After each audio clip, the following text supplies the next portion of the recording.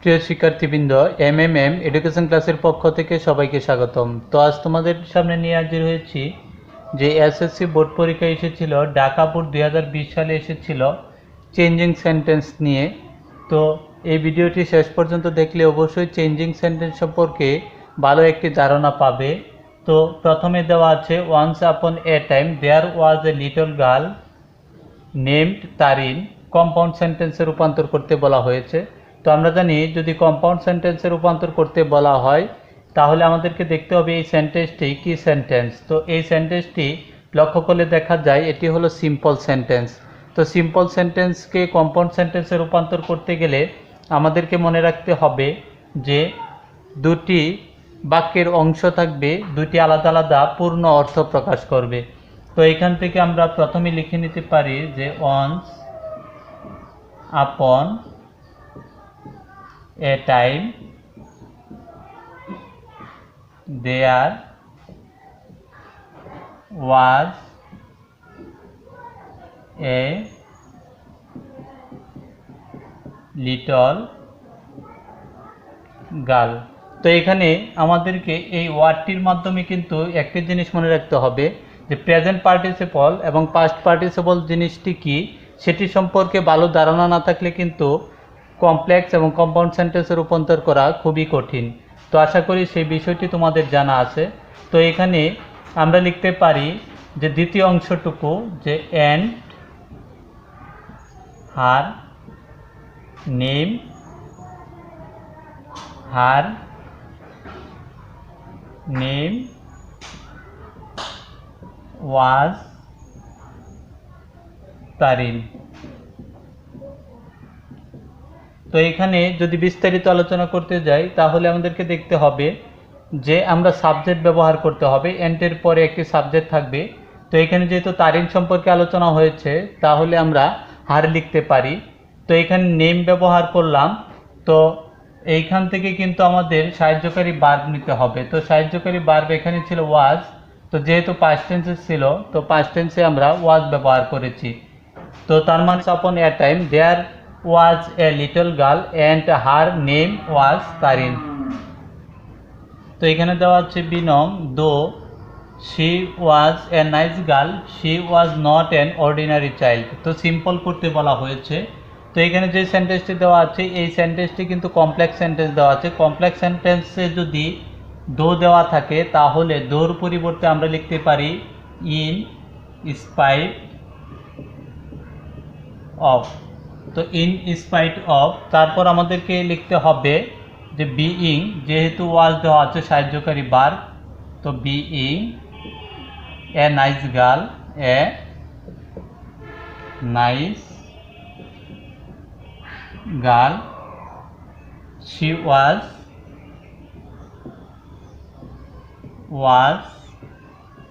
Not an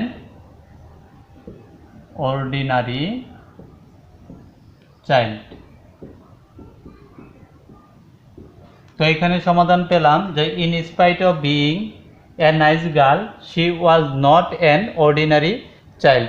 তো আমাদের মনে রাখতে হবে যদি দো দেওয়া থাকে তাহলে আমরা সিম্পল করতে গেলে সেই ক্ষেত্রে আমাদের ইন স্পাইট অফ ব্যবহার করতে হবে এবং সাহায্যকারী verb am is are was were অর্থাৎ বি ভার্ব দেওয়া থাকলে আমরা কিন্তু বিইং ব্যবহার করব, অর্থাৎ ইন স্পাইট অফ বিইং তারপর সাহায্যকারী ভার্বের পর থেকে সবটুকু লিখে দিলেই চলবে। তো আমরা পেলাম যে in spite of being a nice girl she was not an ordinary child.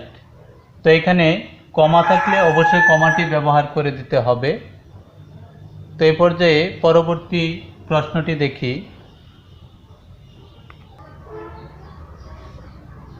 তো এখানে যে সেন্টেন্সটি দেওয়া আছে she past her time in reading and writing, interrogative সেন্টেন্সে প্রকাশ করতে বলা হয়েছে, অর্থাৎ প্রশ্নবোধক বাক্যে ব্যবহার করব। তো দেখতে হবে যে এই সেন্টেন্সটিতে কোনো সাহায্যকারী ভার্ব অর্থাৎ এক্সিলারি ভার্ব আছে কিনা। তো যেহেতু এক্সিলারি ভার্ব নেই তাহলে আমাদেরকে মূল ভার্বটি দেখতে হবে যেটি কোন টেন্সে দেওয়া আছে।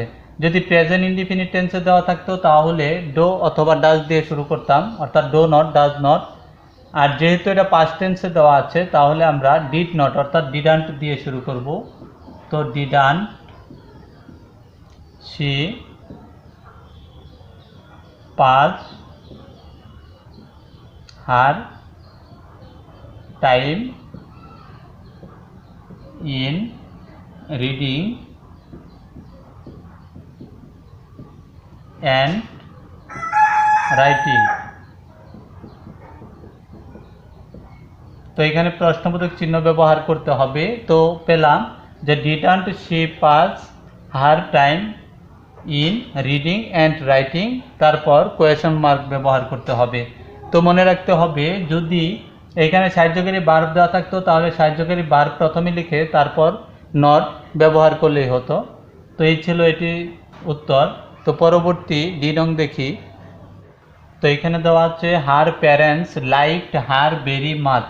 তো নেগেটিভ করতে বলা হয়েছে। তো নেগেটিভ করতে বলা হলে আমাদেরকে কিন্তু সাহায্যকারী ভার্ব খুঁজতে হবে। তো এখানে যেহেতু কোনো সাহায্যকারী ভার্ব দেওয়া নেই তাহলে আমাদেরকে দেখতে হবে এটি কোন টেন্সে দেওয়া আছে, প্রেজেন্ট টেন্সে না পাস্ট টেন্সে।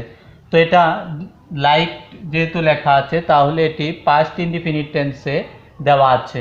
তো এখানে আমরা লিখতে পারি যে হার প্যারেন্টস ডিড নট। তো ডিড নট লেখার পর লাইকের বিপরীত ওয়ার্ড লিখতে হবে আনলাইক, আনলাইক হার। তো ভেরি মাচ যদি দেওয়া থাকে তাহলে লিখতে হবে অ্যাট অল, ভেরি মাচ অথবা ভেরি দেওয়া থাকলে অ্যাট অল লিখতে হবে। তো উত্তর পেয়ে গেলাম যে her parents did not unlike her at all. তো এখানে আরেকটি বিষয়, যদি এখানে আনলাইকের পরিবর্তে ডিসলাইক লেখা হয়, ডিসলাইক, তবুও কিন্তু হবে।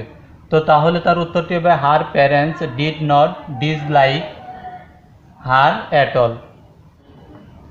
তো এখানে যে প্রশ্নটি দেওয়া আছে যে এভরিওয়ান প্রেজড হার, পেসিভ করতে বলা হয়েছে। তো আমাদের মনে রাখতে হবে যে পেসিভ করতে গেলে প্রথমে আমাদেরকে ভার্বটি চিহ্নিত করতে হবে। তো ভার্বের পরের অংশটি হলো অবজেক্ট, প্রথম অংশটি হলো সাবজেক্ট।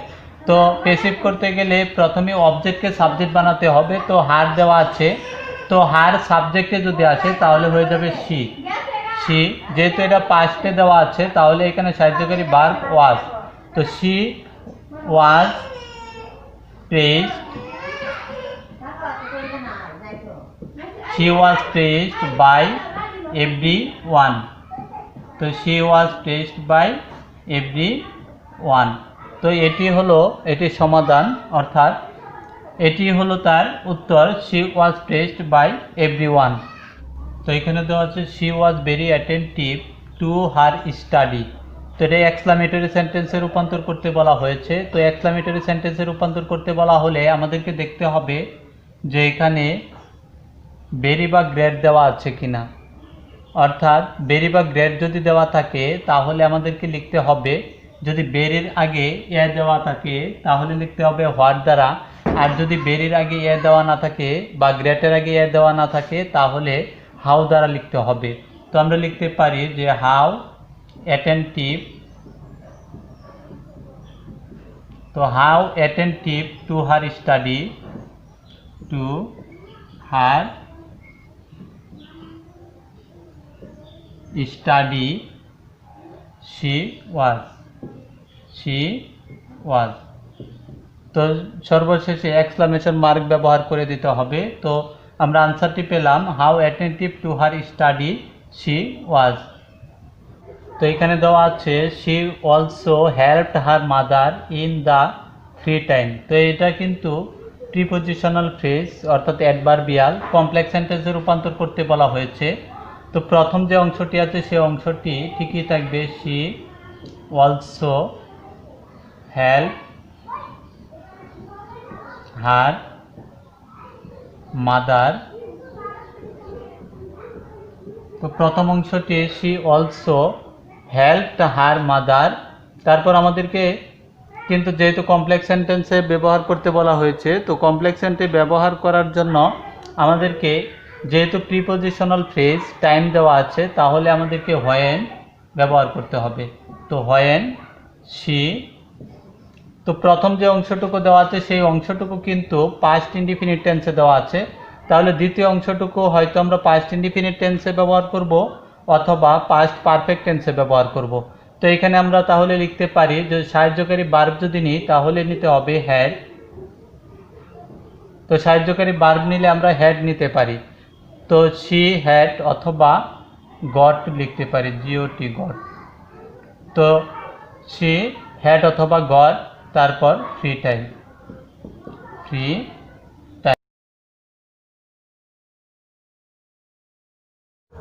তো এখানে যে সেন্টেন্সটি দেওয়া আছে শি নেভার টোল্ড এ লাই। তো এটি যেহেতু টোল্ড দেওয়া তাহলে আমরা বুঝতে পেরেছি যে এটি পাস্ট ইনডিফিনিট টেন্সে দেওয়া আছে। তো এখানে নেভার দেওয়া আছে, তো নেভারের পরিবর্তে আমরা এবার লিখতে পারি। তো তার মানে এই সেন্টেন্সটি আমরা লিখতে পারি এরকম, যেহেতু পাস্ট টেন্সে দেওয়া আছে, ইন্টারোগেটিভ করতে বলা হয়েছে, তাহলে তো প্রথমে লিখতে পারি ডিড শি এবার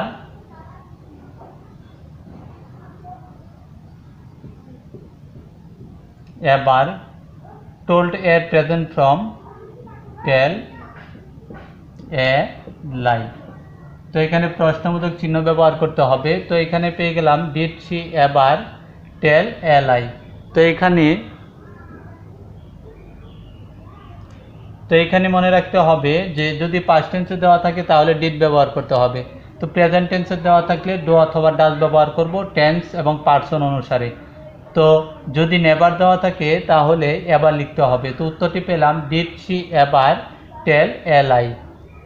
তো এখানে যে সেন্টেন্সটি দেওয়া আছে তো তার আগের সেন্টেন্সটি ছিল তো ডিগ্রির সেন্টেন্স। তো আমি ডিগ্রির যে সেন্টেন্সগুলো 2020 সালে বোর্ড পরীক্ষা এসেছে সেটির সমাধান একসাথে কিন্তু ইতিপূর্বে দিয়ে রেখেছি। তো আমি আশা করব সেইখান থেকে দেখলেই তোমরা উপকৃত হবে। তো কিভাবে একটি চার্টের মাধ্যমে সমস্ত ডিগ্রির সমাধান করা যায় সেটিও কিন্তু দেওয়া আছে, তোমরা চাইলে সেইখান থেকে দেখে নিতে পারো।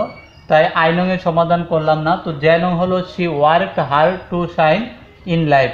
তো এখানে যেহেতু টু সহ ভার্ব দেওয়া আছে, তো টু সহ যদি ভার্ব দেওয়া থাকে টু ইকুয়াল টু লিখতে হবে সো দ্যাট, তারপর সাবজেক্ট ক্যান অথবা কোড।